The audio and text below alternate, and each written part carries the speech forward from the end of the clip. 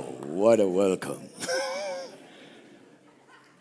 When I was asked to come and be part of this TED Talk, I had so many things in my head. And one of the things that I would have spoken about would have been how acting interconnects with life, and that would have been an easy conversation to have. But I just thought, no, let me have a somewhat difficult conversation, and that has to deal with my activism. This year, it is my 40th anniversary since I connected with my inner self on my journey to manhood. I am 64 years old. I was 24 years old when I realized that I had a propensity for violence and beat up my girlfriend. Now, 24 years old, 1984, 8 years after the 76 riots, and the country is burning at that time. The resistance is very strong. But somehow, after I had been violent to my girlfriend, when I'm alone, my conscience speaks to me, that little voice. And sometimes when it comes to your head, it says, but that thing is wrong. You go, no. But she also must stop doing this and she must stop doing that. But if you listen to it more intently, it speaks truth to you. And I remember after that isolation or introspection, I would go back to my girlfriend and I said, baby, the thing that I would come and say I love you, and the next moment I'm hurting you, doesn't make sense to me. That whole journey took me to a point where I had to introspect. James Allen has a way of defining natural science, or two sciences. Science, it said there's natural science and there's divine science. And natural science has to do with observation, experimentation, classification, deduction, and then at the end of it all, you have knowledge. And then when it comes to divine science, and for a divine scientist, instead of observation, there is introspection, and there is self-analysis, there is adjustment, and there is acting rightly. And that, for me, became the journey that I took from 1984 up until now. And that is why I say this is my 40th anniversary on this journey. When, an alcoholic is on recovery, they never stop saying, I am a recovering alcoholic. I remember meeting one of the famous voice teacher, Cecily Berry, and we went to have a drink, and she said, I am a recovering alcoholic. I haven't touched a drink in 40 years. And I think that is what made this 40 years very, very important for me. Because from then on, it became my occupation to see how I continue to act rightly. And also even how I would take on that message further. But there was this interesting thing, I think it was 1977, and here I am, I'm young, I'm at Timoroka Plus at that time. Things are happening for me. I'm driving a red Sentra 16V, and the music is pumping.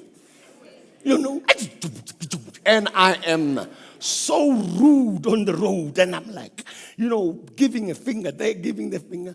But because of constantly having this mind that is very reflective, I go, why am I behaving like this? And when I'm playing jazz in the car, I'm not behaving like that. And at that time, I'm 37 years old, and I ask myself, if this music is doing this to me, what more to the young, impressionable mind? And that led me into researching. And at that time, there was this whole thing of street bashes. And then I ended up writing a play called Kbash. And in that play, I explored,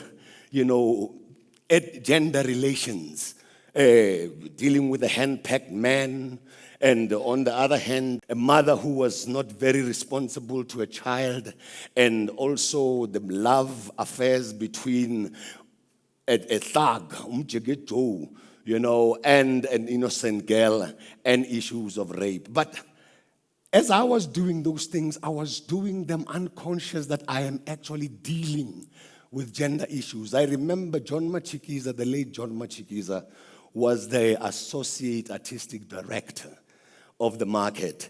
And after a run, and I was like, Brother John, man, I really want to deal with these gender issues, because there is a problem in our society.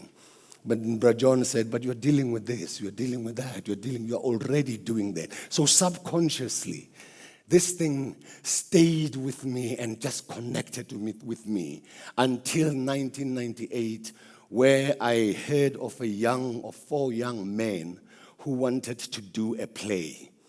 Now, between 1984 and 1998, issues of gender-based violence were never discussed. I think 1996, there was Beijing, so, the conversation was had. But prior to 94, there was no conversation about that. And for me, it was a thing that I kept on bringing up with my friends. Guys, what do you think of this? And the attitude was that, hey, if a woman does this, hey, this is what I do, and which means beating them. So when I heard that these four guys wanted to do a play, about gender-based violence, I jumped at the opportunity. That was a time to go and interrogate that. I sat with these four guys from Alexander. The tears that flowed in that room because of the experiences that we have had in our childhood and how we have become to be what we are. And I remember one of the things that they said was, no, Sello, we want to do a play to show that we have changed. And my question was, changed from what?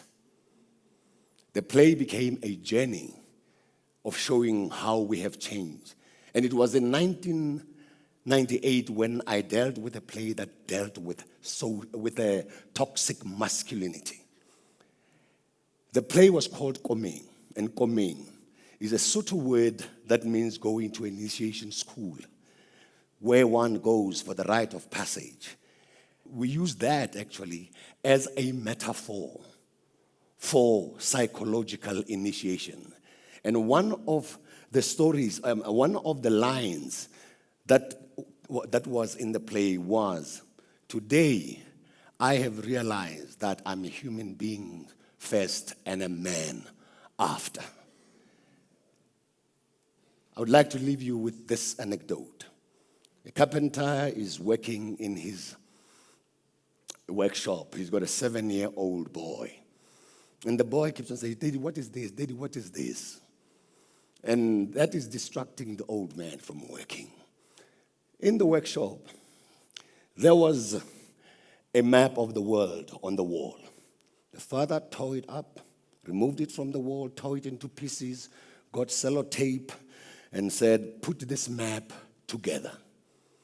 And that distracted the boy, and the father continued to work. After a while, the boy came and said, hey, Papa, look, I have put it together. Now, behind the map was a drawing of a man's head. And the moral of the story is, if man can get his head together, the world would be a better place to be. Thank you very much, ladies and gentlemen.